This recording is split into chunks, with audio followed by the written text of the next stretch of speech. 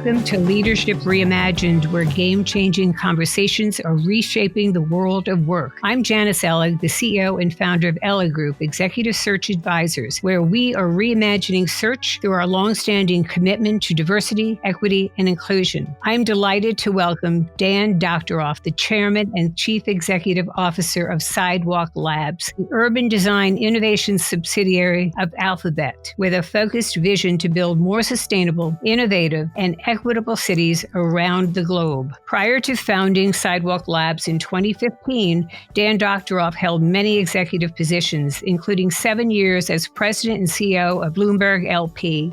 And before that, he was the longest-serving deputy mayor for economic development and rebuilding for the city of New York under Mike Bloomberg. Also, he was managing partner of the private equity investment firm Oak Hill Capital Partners, where he founded NYC 2012, the organization that spearheaded efforts to bring the Olympic Games to the city. Dan is a force in the community, serving on the boards of the University of Chicago and Bloomberg Philanthropies, founder of Target ALS, an initiative to streamline discovery of new approaches to treating ALS. And he is the founder and chairman of Culture Shed, an innovative new cultural institution at Hudson Yards in Manhattan. Dan, welcome, and thank you so much for joining us today. Oh, it's great to be with you, although I wish I could actually be with you as opposed to just recording it. But I think we're making progress toward that. So it is great to be with you, Janice. Well, I'm back in the office, so come visit anytime. Like yourself, I'm a native New Yorker, and I've lived here at least for the past 20 years. Love the city, and so much has happened in the city over the past several years. But really, what's disturbing to me is I see friends, I see clients who are now residents of other states because of taxes, lack of good government, tensions between the city and state, and now the pandemic. So what do you see as the recovery for New York? Well, look, I'm an optimist about New York. I've always been an optimist about New York. If you think about the last 200 years in New York, we've been through many financial downturns. We've been through severe weather events. We've been through just horrific terrorist attacks, pandemics, and the city's always come back. The question is, how long will it take for it to come back? Is it going to be like after 9/11, where literally within a couple of years we had completely rebounded? Or is it going to be drawn out like the 1970s, where it basically took us 25 years to recover? To my mind, the key to all of that is really leadership. Leaders in this city have to point a way toward a better future, a future that is responsive to the demands of the time while still at the same time being respectful of what New York is and how it's unique and the fact that it actually competes with other cities. And I'm encouraged thus far by what our presumed next mayor has said. The question is, how will that get executed on? And we just have to wait and see. But I do believe with the right leadership, we will see a really strong rebound. And I think it's starting to happen already. So, Dan, let's talk about leadership, because 4 months after the 9/11 tragedy in 2001, you joined Michael Bloomberg as the deputy mayor for economic development and rebuilding. Last month was the 20th anniversary of those attacks, an event that for those of us living here, we vividly recall the disbelief that we had of this horrific tragedy. So tell us what it took to rebuild the city then, when you had no money. And you talk about this, and we're going to talk about your book in a moment, no money, and how you creatively took hold and, as you described it, made money out of air. So the first thing was we viewed 9/11 as a catalyst to not just rebuilding the World Trade Center site, but to rethinking the city and making it what it needed to be for the 21st century. After 9/11, you have to give Rudy Giuliani, whatever he's become, credit for this. He rallied people around the recovery of the city. And we took advantage of that. People wanted to make the city, as the title of my book says, greater than ever. They were willing to try new things, and we capitalized on that. The second component of it is you gotta have like a philosophy. You gotta believe in something. And ours was rooted in the uniqueness of New York, its competitive advantages, a respect for our competitive weaknesses, but also a belief that growth was good, that there's a virtuous cycle to a successful city, which is you grow in terms of the number of people, the number of jobs, the number of visitors. That growth, which it takes advantage of fixed infrastructure, generates taxes that can be reinvested in improving quality of life, which attract more people. And that stimulating that virtuous cycle is what you need to do as a policymaker, and what you need to convince the people is the right thing to do. The third thing you got to have is a strategy for actually doing that. And it's a strategy for growing. It's also a strategy for reinvesting back in making people's lives actually better. And we came into office with a point of view on that. From a physical perspective, a lot of it was defined by the Olympic bid that I had started and rethinking neighborhoods all around the city.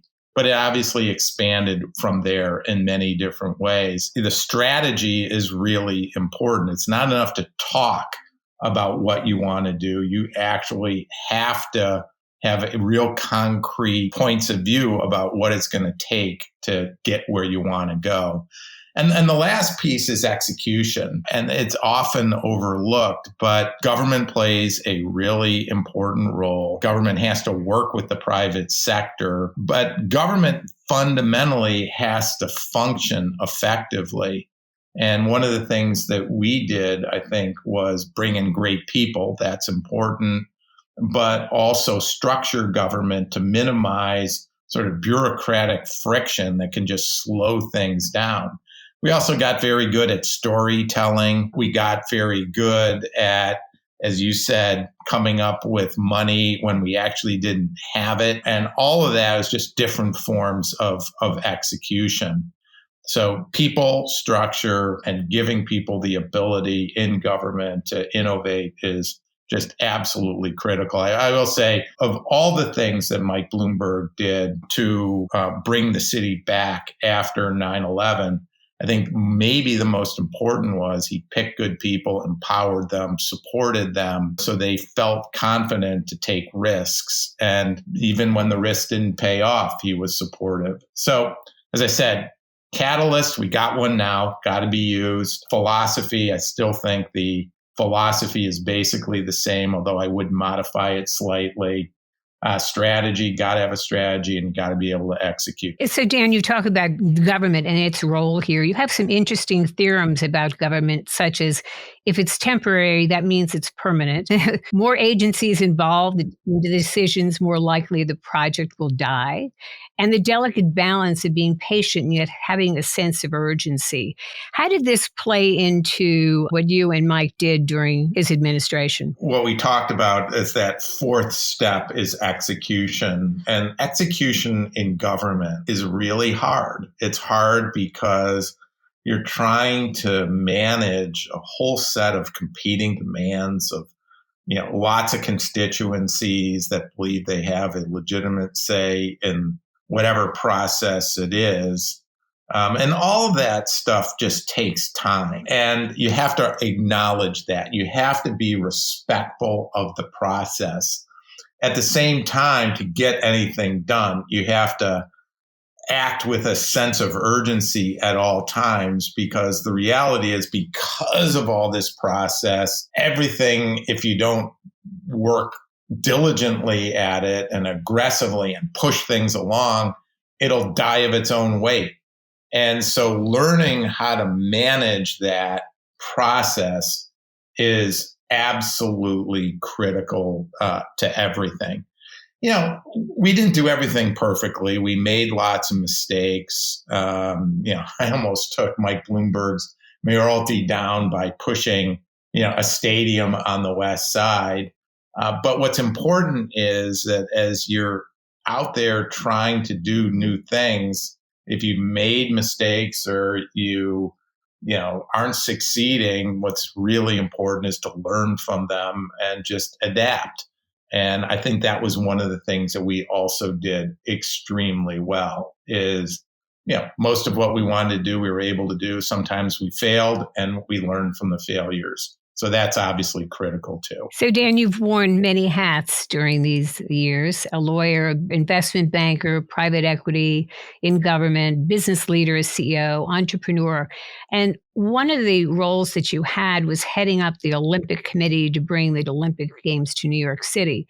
You saw it as a blueprint for what New York City could be. In fact, several projects came to fruition from what you did. So you've humorously said that cities, government never have deadlines. But the Olympics, people will show up. There is a deadline. So what were some of the lessons learned from that? And why we did not win the bid, it had a huge impact on New York City. Yeah. So, it's interesting. I came up with the idea of bringing the Olympics to New York. And it was sort of just by happenstance. Somebody had taken me to a World Cup game back in 1994 out at the Meadowlands in New Jersey. And I'd never been to a soccer game before, didn't like soccer. The two teams playing in the semifinal match were Italy against Bulgaria. I didn't care about them either. It was about 100 degrees. My friend dragged me out there. I was bitching about it the whole time. And I walked into the stadium and I thought it was the most amazing sporting event I'd ever seen. And clearly what it was, when you injected kind of national passion into the event, it just totally changed its character, made it more exciting. And I stood there. You literally couldn't sit down. I stood there thinking, you could play that game in the New York area with any two countries in the world, and the feeling would be exactly the same. And then from there, it was a short leap standing there to saying, well, why hasn't New York ever held the most international event, the Olympics? And so over the next year and a half, I researched everything about the Olympics, started thinking about how you do it in New York, et cetera, what it took to win. But what I had was an observation, a real insight along the way. And that is, done well, the Olympics can be a catalyst to true change in cities. And as you pointed out, the reason is because the Olympics, even bidding on the Olympics, occur on a deadline. And nothing else in a city ever occurs on a deadline. And so could you use those deadlines, the fact that hopefully the world was going to be coming to your city, and as a catalyst to getting things done that people have been talking about for generations or couldn't find the money for whatever reason. And so we built the whole plan around what does New York need for the 21st century, looked at entire areas, figured, if you shine the Olympic spotlight on them by putting venues in them and building plans around them, and use the Olympic deadlines, even for bidding, to get them passed and get them done, that could dramatically change the city. And in fact, it's pretty much worked out that way. The whole west side of Manhattan, including Hudson Yards and the High Line. Literally, I had the High Line in my first Olympic presentation in 1996. We redid the waterfronts of Brooklyn and Queens, which were key locations for venues. Downtown Brooklyn, we focused on, ultimately became the Barclays Center. We looked at other areas around the city like Flushing and Queens and Harlem and the South Bronx and Coney Island, and developed plans for them that when I came into City Hall with Mike Bloomberg, we began to execute on. And so, cities, as I mentioned earlier, that first thing that's necessary to get things done is a catalyst. The Olympics can, if done well, act as that catalyst, even if you don't end up winning the Olympics. We had most of these plans approved, actually, before we actually lost in 2005. And some were far enough along that they were pretty much irrevocable. So, again, this notion of a catalyst combined with a philosophy and a strategy and capacity to execute is what it really takes. It's incredible because, now we enjoy all of these venues here in New York City.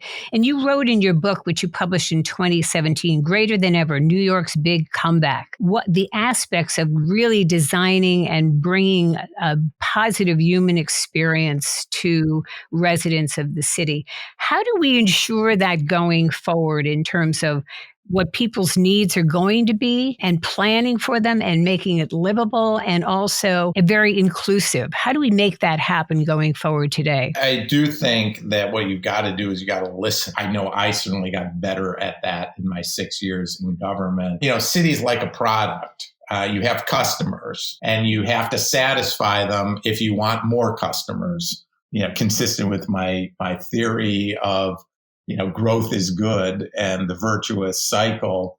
And so listening is incredibly important. On the other hand, anyone who has built a successful product will tell you that if you simply listen to your customers, they're going to tell you more about their existing experiences, and their imaginations won't be able to comprehend what's actually possible. And so it's a combination of listening, but also so deeply understanding the soul and the operation of the city that you can come up with something and things that so elegantly, so perfectly respond to what people want, but never believed or never imagined they could have. And it's that combination of listening and in-depth understanding, combining it with the knowledge of what this city is and can be, that produces really spectacular things. And they can come from anywhere. They can come from citizens. They can come from government. They can come from philanthropy, academic institutions. We're trying to keep this city on the edge and keep it distinct. So, what opened up a few months ago was Little Island. That was the vision of one person who finally got the cooperation of government, an extraordinary thing. I've been involved in The Shed, this new cultural institution on the West Side, which is literally, I think, in many ways, the post-paradigmatic, post-pandemic cultural institution. It's incredibly adaptable. Our mission is to use arts and ideas to actually shed light on sort of the important issues of our time. It's different. There's nothing like it anywhere in the world. That idea actually came from government. This is a city that inspires people and inspires them to do amazing things that improve other people's lives in lots of different ways.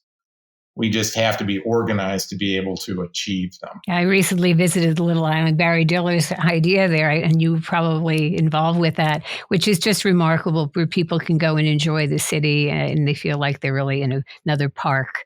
I want to remind our audience that we are speaking with Dan Doctoroff on Reimagining Cities. Dan is the chairman and chief executive officer of Sidewalk Labs. The topics we cover, like today's, are all current, and a new topic with a new game changer is released on the third Thursday of every month. This is a great way to stay current on relevant issues happening around us. Now let's return to Dan Doctoroff. And Dan, I want to mention again your book, Greater Than Ever, New York's Big Comeback. You have some quotes on the back, like one from Senator Charles Schumer, which says, "Whenever I ride my bicycle through New York, I can see the personal imprint of Daniel L. Doctoroff, whose visionary work made the city we both love better." This book is a bird's eye view of successful government told by an effective, bold, and persuasive public servant. And you have been persuasive in so many things that you've done here in New York City. This is a great read, and I'm going to read it again. I read it before, and we read it again. Tell me how cities are employing technology to improve the human experience and tackling some of our nation's most pressing challenges around climate change, affordable housing, economic opportunity, and social justice. Well, right now, what I would tell you is the smart city movement has probably been something of a disappointment. It's been led by consultants who want to basically sell systems to government. And in reality, we're at a historic moment where the potential to use technology to improve life across every aspect of the urban environment is right in front of us. It just needs sort of a push, both from the innovators and from the urbanists, the people who run government, the people who build buildings, the people who are interested in sort of the cities themselves. So Sidewalk Labs, our company, was founded to actually be, to some extent, a bridge to create ultimately more affordable, inclusive, and sustainable cities. Because what is needed is sort of that bridge in order to really begin to bring about significant change. And that's not to say we're the only ones doing this. There's lots of people trying in lots of different ways. But I should touch maybe a little bit on Sidewalk Labs model, because we believe that the right model for us is we engage in placemaking. We work with developers, we work with cities to try and set ambitious goals and use innovation to achieve those goals. So like, how do you significantly increase the percentage of housing that's affordable? How can you meaningfully reduce the percentage of people who need a car without sacrificing convenience? How do you actually, in a development, get to climate positive? How do you provide ubiquitous connectivity in an affordable way? How do you actually meaningfully improve health outcomes for the poorest and the sickest among us? Those are ambitious goals. And by setting those ambitious goals and trying to force ourselves to figure out how to address them, often using innovative approaches, we think we come up with unique insights about the future of cities, the future of the urban condition, urban life. And that out of those insights, we build products and services that hopefully do improve quality of life in cities. So I'll give you one example of how innovation can really change. Back early on in Sidewalk, about 4 years ago, we had an insight about how to care for the sickest and poorest in our communities. And it really leveraged the idea that the social determinants of health, access to food and food security, housing security, ability to get to appointments and have access to transportation, were just as important as medical care. So we decided we were going to create a company. We had an idea for a company that would combine together social care and a new model for healthcare, which included virtual care, in-home care, and clinic-based care, all focused typically on Medicare and Medicaid patients. So we recruited a team to run it. We started building a platform to connect all these potential providers, including the company we were creating. And literally in 4 years, that company has gone from 2 employees to over 1,000. It's in 5 states now. From a valuation perspective, it's gone from nothing to billions and billions. But the most important thing is they are on their way, which is why the company is valued the way it is, to dramatically reducing healthcare costs and at the same time meaningfully improving outcomes. And it's all because, again, we were focused on a problem. We came up with an idea. We tried an idea. We brought lots of partners in along the way, and hopefully it will over time have a significant impact. I think that potential exists across kind of every dimension of quality of life. And we just have to be open enough and willing to try things in order to do it. We, going forward, still need to grow. We need to do it in an inclusive way that benefits everybody, because increasingly pre-pandemic, and I think the pandemic has only made this more obvious, a lot of people have been left out of the growth that has been generated over the last 25 or so years. And in order to achieve that kind of level of inclusive growth, we are going to have to innovate. And technology, carefully applied, can play a really important role in making that happen. So Sidewalk Labs is involved in a number of projects going forward, and it's all about more sustainable, smart cities, although you don't like to say that. You think people are smart. But the density of cities, we're going to have 9 billion world's population by 2050, right? Probably 9 billion people in the world. Yeah. And nearly 70% living in those urban environments. What's going to be the impact of Sidewalk Labs and other organizations to really make those cities more sustainable? Well, hopefully we can play that role in lots of different ways, and many others are trying to do it as well. I'll give you an example of a product that we've come up with that hopefully can have a big impact in making cities more sustainable. The vast majority of buildings are old buildings. By 2035 or something like 2040, 95% of the buildings that exist in 2040 in New York City are in existence today. So there's a lot of old buildings. The average age of a building in Midtown is 70 years old. Old buildings don't have sophisticated building management systems. So we came up with a product. It's called Mesa. I think it's pretty amazing. That is a sensor kit that is powered by artificial intelligence that gets easily installed in Class B and C office buildings, so old ones, basically, that we believe can reduce energy use and therefore carbon emissions by about 20%.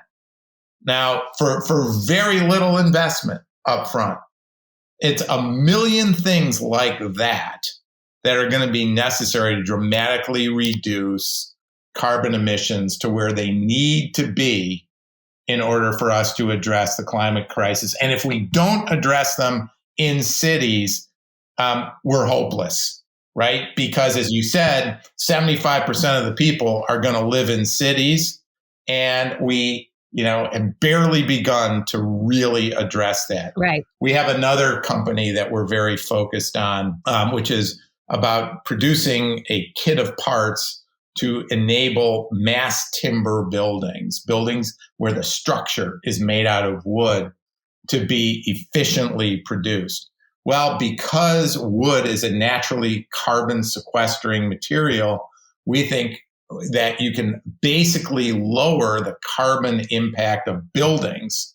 And building materials represent 12% of carbon emissions globally by like 80%. Now, again, we're just one company. We're doing a bunch of different things. There are lots of other people out there who are trying other things. And it's that ethos and attitude that's ultimately going to be necessary for us to actually meaningfully get to where we need to get in terms of carbon emission. Government has to play a role. The infrastructure bills and the reconciliation bill, it's hopefully going to wind its way through Congress, can play a significant role in incentivizing the right kind of behavior. Exciting, really exciting things underway. But you're a student of history. Cities have fallen through the ages. What's your fear? Where do you think we may fall down here, in not just New York City, but globally? Well, look, I think that the biggest issues we have right now, one is climate change, which seems like pretty much an existential threat from many different perspectives. The second is inequality and the fact that increasingly we are pulling ourselves apart because we haven't addressed so many critical issues. But inequality, I think, sits at the root of it. Public health, obviously, as we've lived through the pandemic and the risks going forward. All of those represent threats, not just to a city like New York, but pretty much everywhere. And if we don't get our arms around these things, we will really have problems. And that's what scares me. The good news is that there are approaches to dealing with these things. It's just we need the will and sometimes the capital to make them happen. Dan, it's all again about leadership, and it's people like you who, with other leaders will make things happen. So what's your advice to our audience listening today going forward? What each of us can do individually as concerned citizens, as business leaders? What's your advice? I think the key thing is we've got to not be afraid to take risk. To some extent, that's what leadership is all about. It's about understanding the problem, having a great sense for what people need, and acting ahead of the curve rather than behind the curve. And that involves taking risk. Politicians who take risk. I think back to my time in government, and one of the other things that I really respected about Mike Bloomberg is in my 6 years in government, whenever we made a decision to do something, I cannot recall a single time when the question of his reelection prospects and that action's impact on his reelection ever once came up. And we did lots of, I think, far-sighted things. And that's not to say we got everything right. But that's courage, right? Leadership, effective leadership is about smart courage. And we just need more of that. And by the way, that's not just true for political leaders or governmental leaders. That's true in business. It's true. That's what entrepreneurs are all about, is taking smart risks. And so when you say, what can we all do? At the end of the day, we can try and take smart risks to push the ball forward in lots of different ways. Well, Dan Doctoroff, you certainly had courage because you note in your book the first time you came to New York City, you were 10 years of age. And you said it was hate at first sight.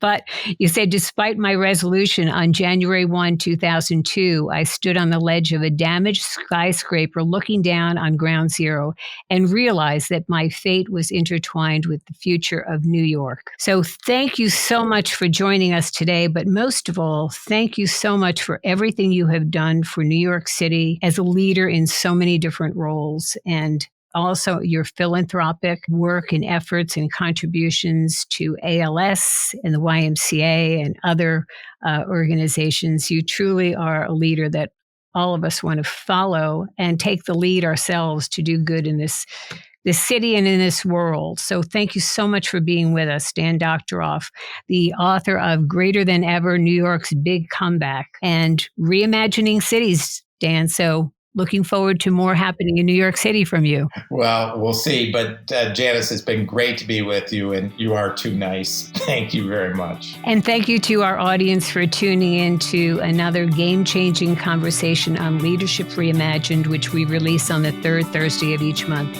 You can find me on Twitter, LinkedIn, or visit our website at elligroup.com.